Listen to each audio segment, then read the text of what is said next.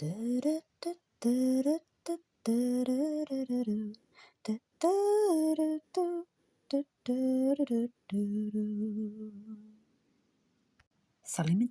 and welcome back. We're now on to the last chapter of the Fairy Caravan by Beatrix Potter, chapter 23. There is something glorious and majestic about a fine English oak. The ancient Britons held them sacred, and the Saxons who came after revered the Druids' trees. William the Norman Conqueror ordered a record of all the land. Because there were no maps, they wrote down landmarks. I remember an oak in Hertfordshire that had been a landmark for a Doomsday Book. This North Country oak of my story was less old than the Doomsday Oak. It had been a fine upstanding tree in Queen Elizabeth's reign. For centuries it grew tall and stately, deep-rooted amongst the rocks, by a corner above an old highway that led to a market town. How many travellers had passed the tree since the road was a forest track? Hunters, robbers, bowmen, knights on horseback, riding along, pikemen, jackmen marching, country folk and drovers, merchants, pedlars with laden pack horses. At each change the road was mended and widened. There began to be two-wheeled carts, then farmers' wives left off riding on pillons. The gentry drove gigs and coaches, and alas, there came the wood wagons. Other oak trees were carried to the seaport to make ships' timbers, old England's wooden walls, but the fairies' oak towered out of reach. No woodfeller clambered up to it. Now our ships are built of steel, and iron horses rush along our roads, and the district council decided to remove the rocks and corner to widen the road for motor cars. Surely it is cruel to cut down a very fine tree. Each dull dead thud of the axe hurts the live green fairy that lives in its heart. The fairy in the oak had been a harmless, timid spirit for many 100 years. Long ago, when the oak was a sapling, there had been wolves, and the dalesmen hunted them with hounds. The hunt swept through the forest, and frightened fairy leapt into the oak branches. She found the tree a place of refuge. Therefore she loved it and made it her home. Because it had a guardian fairy, the oak grew tall and strong, and each of the finest trees in the forest had a fairy of its own as well. There were birch fairies, beech fairies, alder fairies, and fairies of the fir trees and pines. All were dressed in the leaves of their own special trees, and in spring, when the trees had new leaves, each fairy got herself a new green gown. They never went far from the trees that they loved. Only on moonlit nights they came down, and they danced together on the ground. In autumn, when the leaves fell off and the trees were left bare and cold, each fairy withdrew into the heart of its tree and slept there, curled up till spring. Only the pine and fir fairies kept awake and danced upon the snow, because the fir and pines do not lose their needle-like evergreen leaves, and that is why the fir trees sing in the wind of frosty winter nights. The oak fairy had danced with the pine fairies beneath the hunter's moon, because oak trees kept their leaves much later than birch or beech, but the last of the russet oak leaves were blown off in a November gale. She settled herself to sleep. The oak was enormous, tall and bold. It held up its head against the wind and snow and scorned the wintry weather. But the surveyor of the district council had no sentiment and no respect, either for fairies or for oaks. The pine fairies were awake and saw what happened from their treetops further back in the wood. The pine trees swayed and moaned and shivered, but the oak fairy slept through it all. They arrived, the surveyors, his assistant with the chain links, 2 men who carried the theodolite with 3 legs, a woodmonger, and 4 members of the council. They did much measuring with the chains. They made notes in their pocketbooks. They squinted through the theodolite at white and black sticks. Then they clambered up the rocks and stared at the fairy's oak. The woodmonger measured it with a tape measure. He measured near the foot of the butt. He measured again 6 foot up.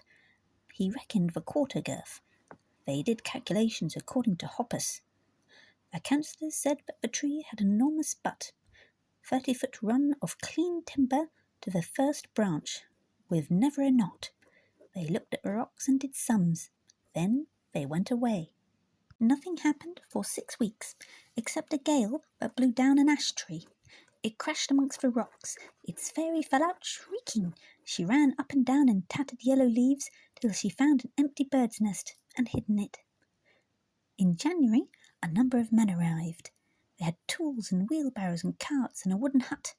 They were quarrymen, navvies, woodfellers, and carters and wagoners with horses. They cleared away the underwood. They drilled and blasted the rocks. The noise of the blasting was like thunder. It awoke every fairy in the wood. And then they felled the fairy's oak. For 3 days they hacked and sawed and drove wedges. The wood was hard as iron. Their axes broke, their saws were nipped. They lost their wedges overhead in the cuts. But day after day they laboured and swung their heavy axes and drove iron wedges with sledgehammers, blows into the great tree's heart. Then one climbed the tree and tied a wire rope to its head, and they pulled with a wagon horse. The tree swayed and groaned, and the hawser broke. Again they wielded their axes, and the little fairies sobbed and cried with pain. Suddenly, with a rending shriek and a roar, the oak thundered down amongst the rocks. It lamed a horse, and did the men a mischief. All next day they hacked and sawed. They cut off its heads and arms. They left the trunk lying overnight beside the road. The fairy stayed beside it and caused another accident, upsetting a farmer's cart. His horse in the dusk saw a thing like a little green squirrel that scolded and wrung its hands. Next day came the wagoners to hoist the great tree, and then again there was disaster. The 3 legs slipped. The chains broke twice. Was it the fury of the little angry spirit that beat against the chains and snapped them? At length the tree was loaded. They drew away the wagon with 2 extra pairs of horses, and the fairy, sullen and exhausted, sat huddled upon the log.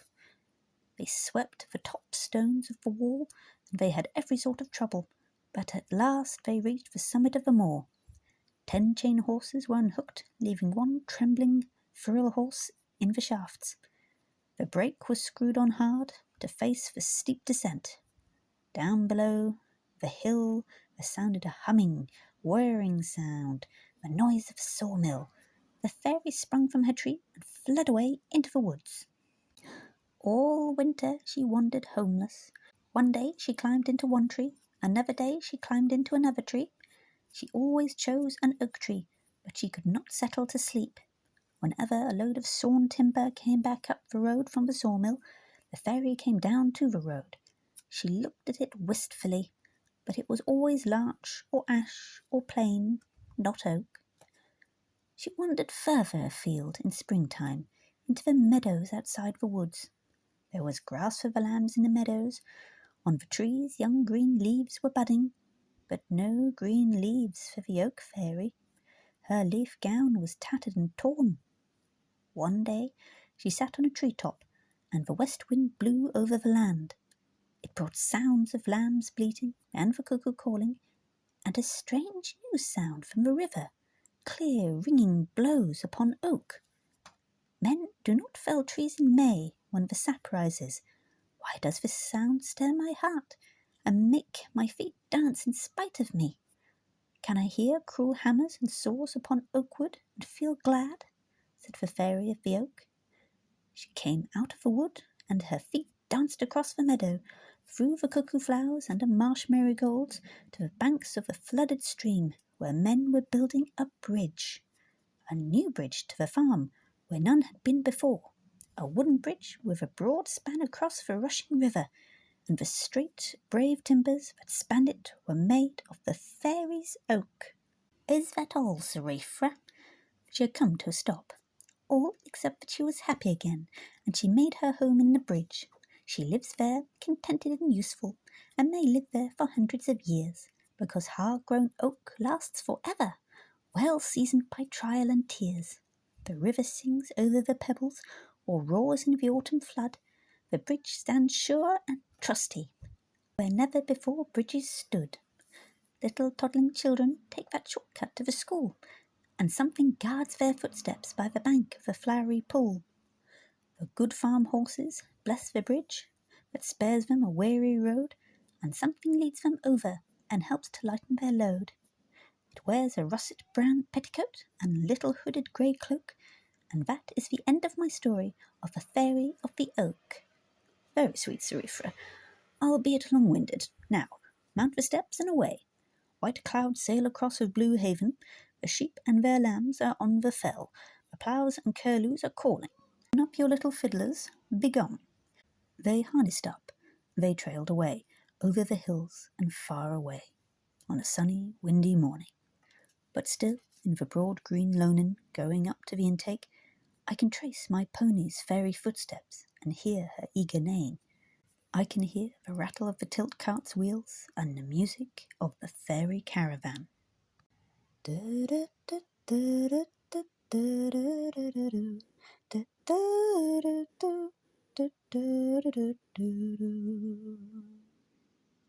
Danke.